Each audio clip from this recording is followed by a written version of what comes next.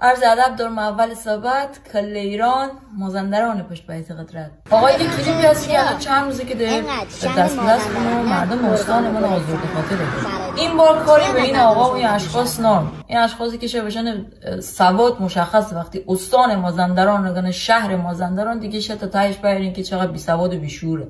این بار با مسئول استان خودم کار دارم که اینقدر راحت این افراد بی سواد و بی فرهنگ ان تو استان چه تفریق کنن، نشون توهین کنن، با یه ببخشید و معذرت خواهی سرتای قضیه رو هم مارن.